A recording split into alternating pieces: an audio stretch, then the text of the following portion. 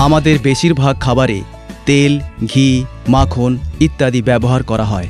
এগুলি শরীরের জন্য অপরিহার্য, তবে এর অতিরিক্ত ব্যবহার আপনাকে স্থূলতার ঝুঁকিতে ফেলতে পারে এবং এটি অসংক্রামক রোগের সাথেও যুক্ত, যেমন high blood pressure, diabetes, heart diseases ইত্যাদি।